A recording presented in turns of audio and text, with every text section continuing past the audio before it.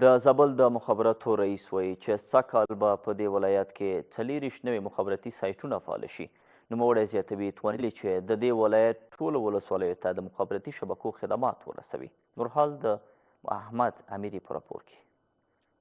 زابل د مخابراتو او معلوماتي ټکنالوژي ریاست مسؤلین وایي چې په پلان کې لري چې د دې ولایت په یو شمېر ولسوالیو او لرو پرتو سیمو کې د مخابراتي شبکو په مرسته 40 نوي سایټونه فعاله کړي تر څو اوسیدونکي د مخابراتي شبکو له خدمات څخه برخمن سي.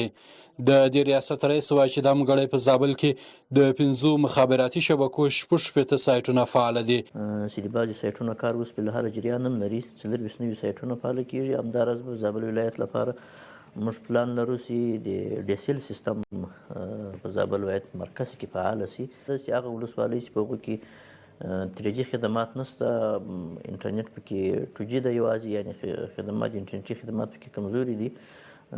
امید لرو چې په سږ کال په روان کال کې هغه ولسوالۍ چې 3G خدمات نشته پکې هلته 3G خدمات وړاندې شي.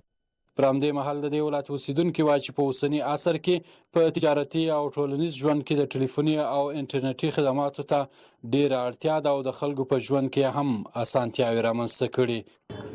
دا چې ټلیفون او انټرنیټ د انسان په ژوند کې بې حده زیاتې ګټې رامنځته کوي. مثلا د تجارت کې اسانتیاوې، مثلا په ټولنیزو مسایلو کې اسانتیاوې کولی شي. یو څوک مثلا یو ټولنیز مسله ولري د تلیفون له لارې په اسانه سره حل کولی شي.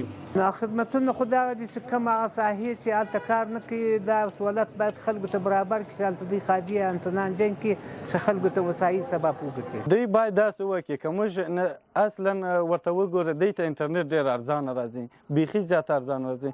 دوی باید د انټرنیټ ارزانه کړي. د یادونې وړ ده چې د دې ولایت مسؤلین هڅه کوي تر څو د خدماتو د رسولو په موخه خلکو ته ګڼې اسانتیاوې رامنځته کړي.